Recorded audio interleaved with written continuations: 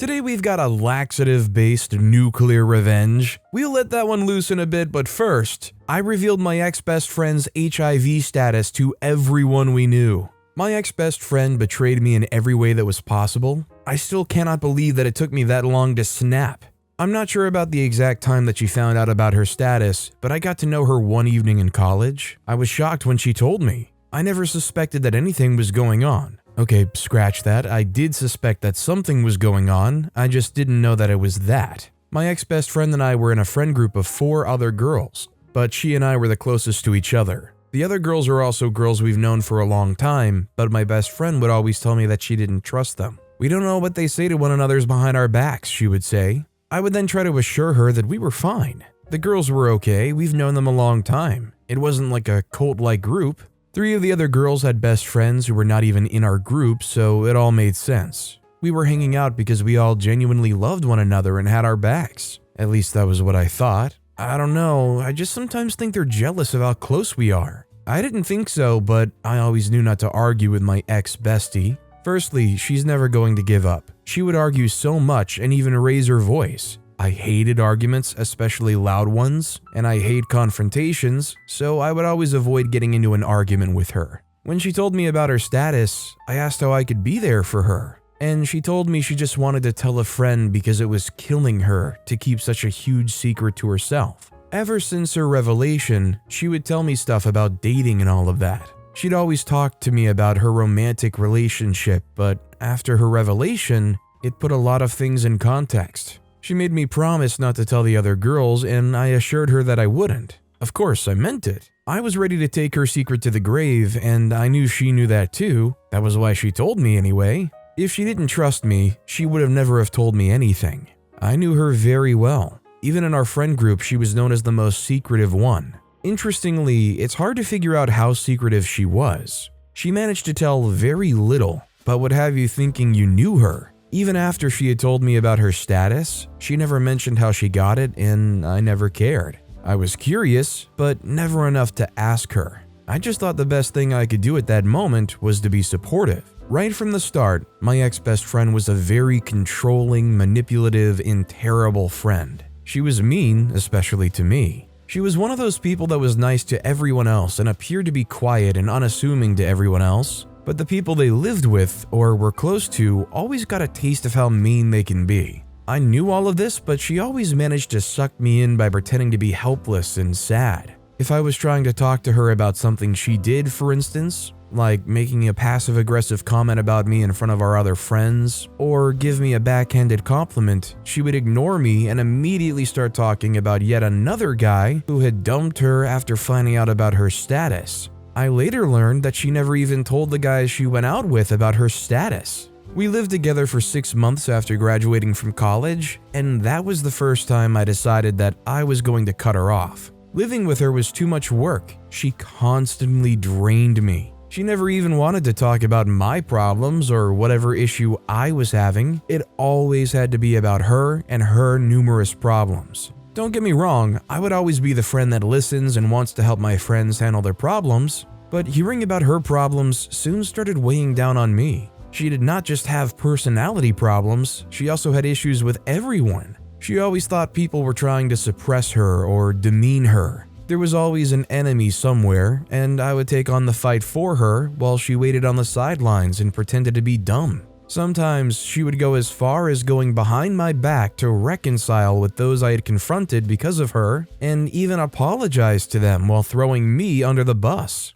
After I moved out of the apartment we shared, I told her that I was no longer interested in being friends with her. She didn't think I was serious, so she kept trying to hang out and visit me, but I never let her into my house. Our other friends were very upset about what was going on. They were used to us being friends and didn't know how to handle us not being on good terms. I didn't care though. I had decided that I was done being around someone that was so manipulative and mean. I changed my mind when she spoke to my mom, and my mom in turn spoke to me. My mom managed to convince me to talk things out with her, and we talked. She agreed that she had been a bad friend and apologized to me. We returned to being friends to the delight of the other girls in the group.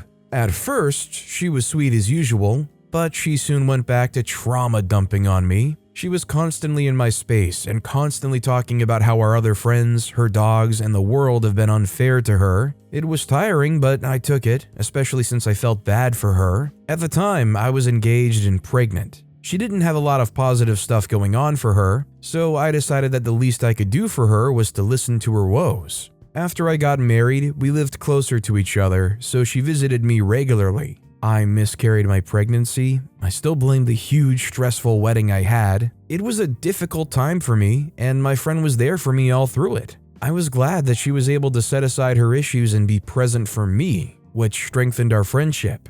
A year after the miscarriage, I was still terrified of getting pregnant again, so my husband and I agreed on adoption. We adopted a sweet 2-year-old and decided not to tell him he was adopted until he was 13. My friend agreed that it was a great idea, but my son was barely 8 when this terrible blabbermouth told him that his daddy and mommy were not his real parents. My husband was so mad that he told me that he didn't want her to visit us ever again. I understood his anger and tried to convince him that she didn't mean to hurt any of us. She told me that she didn't mean for it to come out. Apparently, our son had asked her some questions and it slipped. I remember wondering to myself then how she would feel if I slipped and told someone about her status. I felt bad about even considering it and nearly even apologized to her for just thinking about it. The final straw for me was when she lied that I was cheating on my husband. My husband had this friend who worked in the same firm as him. He was just as successful and very handsome too. When he asked me if I had any single friends because he barely went out to meet people, I told him I was going to ask my friend. My friend was excited when I told her. I had them meet at my house on a Saturday evening for dinner, and they started going out. One thing was clear, my friend was in love with him. She was so crazy about him that she spent all her free time with him. I even once warned her about getting too attached because she was like that. She would fall in love with a guy whom she barely knew, and they would break her heart. It was always me picking the broken pieces, so I didn't want her to get hurt. While she was with him, my husband and I had just cleared up an issue. When my husband and I first started dating, I was still in love with my ex. We had been together since high school, and when he broke up with me, I didn't handle it well. When I met my husband, he made it very clear that he was not going to play second fiddle to my ex. I can tell that you still like him, but I'm hoping I can love that out of you. As much as I want this to work, I will not compete with your ex. My husband is a principled man, and he means whatever he says. I learned that one midnight, my ex called me to come and get him because he had had too much to drink. I was on the phone with him in my husband's apartment when he called. After I hung up, my husband promised to end our relationship if I went to pick him up. You can do whatever you want, but if you walk out of that door, we are done and I never want to see you again. I was not going to jeopardize a good relationship because of a jerk who had broken my heart numerous times. So of course I went into my husband's bedroom and tucked myself into bed. Years later, my ex resurfaced as my new boss at work. I told my best friend about it and expressed my shock that my ex had cleaned up that well. When my ex started to pressure me to have drinks with him or go to lunch with him, I told my best friend about it. Unfortunately, I eventually succumbed to my ex. We started going out together on our lunch breaks. It was nothing romantic, and he had promised that our rendezvous were simply friendly outings. We would talk about different stuff, like our old classmates and everyone new. I didn't think that anything would ever happen since we were both married to wonderful people. One day, however, he tried to kiss me in his office. I was shocked and didn't see it coming at all. When I expressed my shock, he expressed that he was shocked that I was shocked. I thought we had a moment, he said. No, we did not have a moment.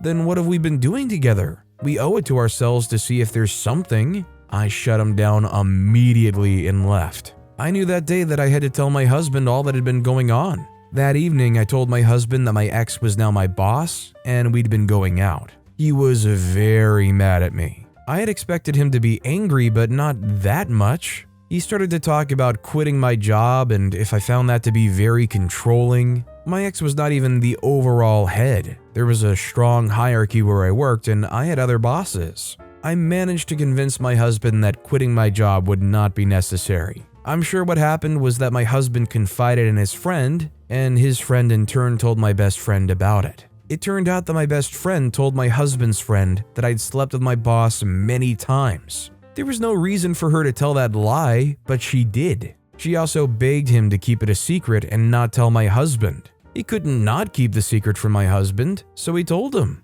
My husband simply went to pick up our sons from school, brought them home to the nanny, bagged his stuff, and left me with a note saying he was leaving me. I was devastated and didn't understand why. I even went to my best friend's house and cried to her about what my husband had done. She looked so hurt that she even cried with me. If only I knew that she was just crying out of guilt. I kept calling my husband, showing up to his office to try to get him to talk to me, but he ignored me and told everyone that he didn't want to see me. I know my husband. Whenever he made a decision, he stood by it. I just wanted to know why. Everything was fine before he left that afternoon. For 4 months, my husband and I were separated. I was in a messed up emotional state. My sons were constantly exhausted. When my husband and I finally spoke, he came to tell me he was going to get a divorce. He realized that I honestly did not know why he had left. He then told me what his friend had told him about my boss/ex-boyfriend. I was shocked. Not only did that not ever happen, but it also wasn't long after my boss tried to kiss me and my husband wanted me to quit that my ex was promoted and taken to a different branch in another state. We then realized that my best friend had played with us. My husband blamed me. He had told me years back to cut her out, but I refused. I confronted my best friend and she tried to cry it out as usual and lie about how it was all a joke and she had taken the joke too far. I just smirked and left her on the floor where she lay crying and begging. That evening, I told all our mutual friends about her status. I mentioned it to everyone we knew. I even told her boyfriend, my husband's friend. This was a secret that even my husband didn't know, but I told them all. Funnily, my best friend had assured me that she told her boyfriend about her status, and he was supportive. It turned out that she never even told him that. He was as surprised as everyone else. My ex-best friend felt so ashamed that she left the city, and we never heard from her again. So although in the modern day I know that medicine for HIV is so good that you can now get it to an undetectable status, that is one of the worst things you can do to somebody is lie to them about that and have them find out all that time later that you've put them in a position where even if it is undetectable, there's still the slimmest of chances that maybe they can catch it. Needless to say, I don't think she disappeared because of shame. I think she really disappeared because she could have caught some serious charges. Our next story is, I put laxatives in the drinks served at my ex's wedding. Thanks to me, whenever anyone who attended my ex's wedding remembers it, they only have unpleasant memories. I mixed a generous amount of laxatives in the drinks that were served, and that did what it should do, nearly ruined the wedding. It's funny how when you seek something, the universe finds ways to bring it to you. I sought revenge against my ex-boyfriend, and somehow it fell into my lap. Here's the full story. My ex and I were together for 2 years. I met him at a party a former coworker's boyfriend had for her. My friend introduced him to me as her boyfriend's colleague at work. But he told me that they were not just working colleagues, but very close friends. We hit it off that evening, and we discussed many different topics. At some point, when we couldn't hear each other over the loud music, we decided to excuse ourselves from the party, step out, and continue our conversation. He told me he had been single for nearly 2 years. I've been single since I graduated from college. I dated one guy all through college, but I ended our relationship when I caught him cheating with the same girl twice. We then started to talk about cheating. I asked him if he's ever been cheated on, and he said no, at least not that I know of, he added quickly and chuckled. I don't think cheaters can only hide for so long. You'd find out eventually. I don't think so, he disagreed. Some people are very good at hiding stuff and keeping secrets. He then went on to tell me about how his father had a whole other family that he and his mom did not know about. He would tell us about his sister in another country who had 2 girls, and my mom would even buy gifts for him to send to his niece whenever he went to see them. I said, so the niece and sister were his other family? Exactly. My mom never suspected anything. The other family knew about my mom and I though. That's crazy. I'm very sorry. He said, oh, it's fine. My mom didn't leave him though. She stayed and decided to make it work. He wore a sad face and shrugged. You're not happy that she did? He said, oh, I don't care. I mean, it's their marriage. I know I wouldn't do that to my woman, nor would I expect that she forgives me after doing something that mean. I held his hand and squeezed it. We were so distracted by the great conversations we had that he didn't ask me for my number, nor did I ask for his.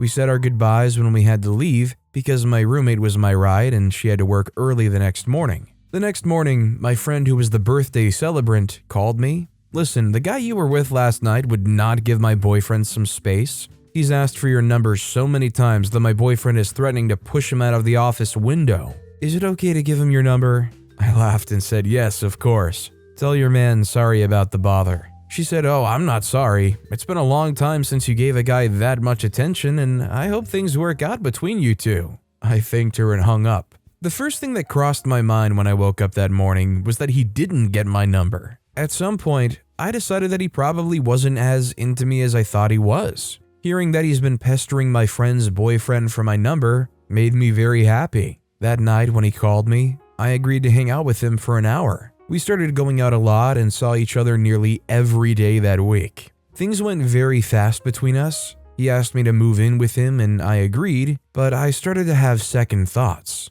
My friends agreed that things were moving too fast. I talked to him about waiting until we had at least been together for 4 months, but he assured me that we were fine. At the time, we had only dated for 2 months, but I was convinced that we were going to be fine. My roommate, who was also my friend, was very skeptical about us moving in together. I tried to assure her that I was fine and we'd be okay, but she wasn't coming around. I believed at the time that she was jealous and she didn't want me to leave her, so I never seriously considered the reasons she gave. My ex and I moved in together eventually. When we moved in together, it was our 3rd month of being together. The first month was blissful. I almost called my friends to tell them that they almost made me miss out on something so great. We went out for dinner every Friday evening. I always had something nice for dinner since I worked at a more flexible job. He gave me the best massages and I had someone to share my day with every day. After my college boyfriend, I was left with a nasty feeling of gross loneliness. It felt like a void, one that I filled up with work, an active social life, and many friends, but with my ex, I stopped feeling lonely. It was like a fairy tale, the kind of whirlwind romance you only read about in novels. I was smitten by my boyfriend and I could feel that he loved me too. The only problem was that he hadn't told me that he loved me. I brought it up and he responded that it was way too early for him to decide that he loved me and that he wasn't ready to say it. Okay, that got me very upset. This man convinced me that it was not too early to move in with him after only 2 months of dating, but telling me he loves me after almost 5 months is too soon? I complained in a conversation with my girls. "Love is a serious commitment for some people," one of my friends said. "And living together isn't," I snapped. "Hey, I'm not the one who hasn't said I love you. I tell you that I love you all the time." I continued to obsess over my ex and his reluctance to tell me he loves me. "Maybe he doesn't even love me," I told my former roommate one day.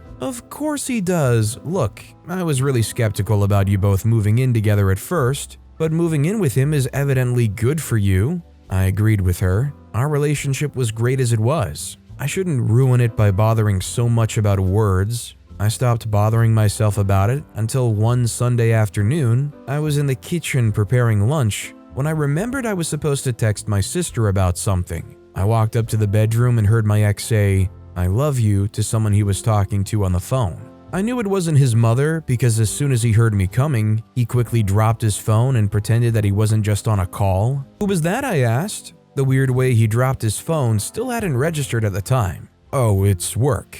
I said okay, and returned to the kitchen where I had more time to think about what had happened. That was certainly not a work call. Who tells someone from work that they love them? I was very upset and couldn't even bake the cookies I'd promised him I would. I also refused to speak to him for hours, replied to his questions coldly and in monosyllables too. He asked me what was wrong the first time, but I ignored him and went to lie on the bed. That evening, he came in to talk to me. "You're clearly upset, so talk to me. What is wrong? Who were you on the phone with this afternoon?" I told myself that if he lied, I would leave him, but I didn't want him to make me feel stupid again. "Don't lie to me. I heard you say I love you. I know nobody ends a professional phone call with I love you." It was my friend. He mentioned her name. First of all, I don't know who that friend is. Secondly, how come you're telling your friend that you love her, but you've never told me that you love me? We've known each other since we were kids. We've been friends ever since. Everyone thought we were going to marry. You're not making things better, I yelled at him. He apologized and apologized for lying too. When you asked, I just lied about it. I don't know why, it just came out. I suspected it was why you were mad, and that's why I kept trying to find out why you were upset. We kissed and made up after that, but things went downhill from that day. My boyfriend was hardly present in our house. He started coming home very late from work. He never wanted to hook up, and even when we did, it was obvious that his heart wasn't in it. Things only got worse the more I complained. It was frustrating, but I couldn't talk to my friends about it. I didn't want any of them telling me they told me so, especially my roommate, so I took it all in. One day, after his behavior had gone on for nearly 3 months, I walked into a restaurant to get a meal to go, and I saw him with a lady. I somehow knew that was the woman he was telling me that he loved. It did seem like he was smitten by her. He saw me and looked away. I looked away too, then I got my food and left. When he returned, he told me that was his childhood friend and mentioned the same name he had mentioned the other day. I didn't ask him why he didn't say hello to me or introduce us, as I was tired of fighting with him. Not long after that event, he suddenly moved out of the house and moved in with her. He never even broke up with me properly. I was left alone and sad. I had to tell my friends that they were supportive, but I couldn't help thinking they all faulted me for not listening to them in their minds. I decided to move on from him, and the best way to do that was to move out. Nearly 5 months after I moved into my own place, I met someone just across the hallway who was very sweet. She was just about my age and made drinks for a living. I was fascinated by her job and exciting life. She became a bartender as soon as she was 21 and was a professional at mixing drinks. It was from the sweet lady neighbor that I first got the clue that my ex was marrying his childhood friend. She had told me she got a gig for a wedding and showed me the colorful invitation card. Isn't it colorful? It is. Very pretty, I beamed. The invitation card was gold-colored and had pink designs and ribbons on it. The beauty and delicateness of it were quite attractive. Let me see, I said, reaching out to take it from her. I opened the invitation using the ribbons tied together and saw my ex's name and that of his friend on the invitation. I refused to believe they were getting married. I just excused myself and left for my apartment. It was on my mind all through that night. I wasn't sure if it was really my ex getting married, so I called my friend, the one whom I met at her birthday party. I knew she would have information because he was friends with her boyfriend. Yes, I did hear that he was getting married, but I don't know who he's getting married to. He and my man stopped being close, so we weren't invited. That was all the information I needed. I imagined doing different things to get back at him. I imagined going there on their big day to cause a scene. But that would embarrass me. It was also a time when people had just started being obsessed with making video recordings of others and posting them on the internet. I was still thinking of how to get back at them when my neighbor told me that she needed help with preparing the drinks. One of her assistants had bailed on her. I thought, wow, an opportunity has just fallen in my lap, and I took it. She was going to pay me anyway, so it was a good opportunity. I went to different stores and bought laxatives. I chose to buy from different stores so that no one raises their eyebrows about how many laxatives I was buying. At different times, when my neighbor and her assistant weren't looking, I emptied each sachet into the water and drink mixtures. Her assistant may have suspected that I looked nervous, but my neighbor was too busy running around to notice. After we were done, she and her assistant took the drinks to the wedding venue, left them for the servers, and returned home. Later that night, my neighbor got a call. It turned out I was too generous with the laxatives. I had thought that the guests would return home before the laxatives started, but because I had used way too much, the guests started to use the bathroom one after the other. It was hectic. At some point, it was nearly everyone struggling to use the bathroom at the same time. It was embarrassing for everyone. When my neighbor told me, I pretended to be shocked. She and her assistant kept going over the ingredients to ascertain what was different. Clearly, I was the difference, so all through the conversation, her assistant kept watching me. She couldn't come out and ask me directly, so I knew I was safe. My assistant asked me later on if I knew what had happened. I don't know, I hardly did any mixing. I just followed your instructions. Unfortunately for me, her assistant found one of the sachets in the kitchen bin.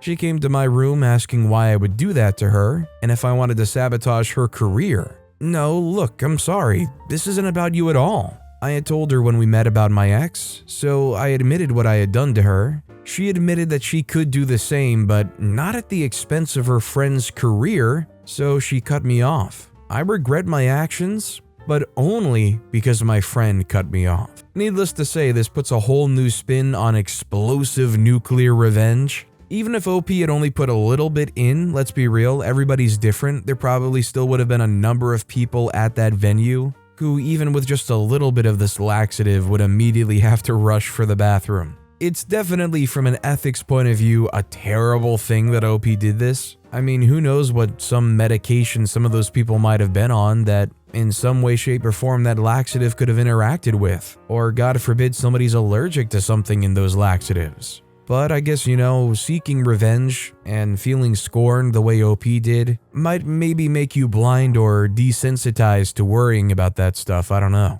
But with that being said, that's all the time we have for today. Now, if you want to hear another crazy revenge story, check out that video on the left. Or if you missed my latest video, check out that video on the right. That said, I'll see you all next time with some more stories.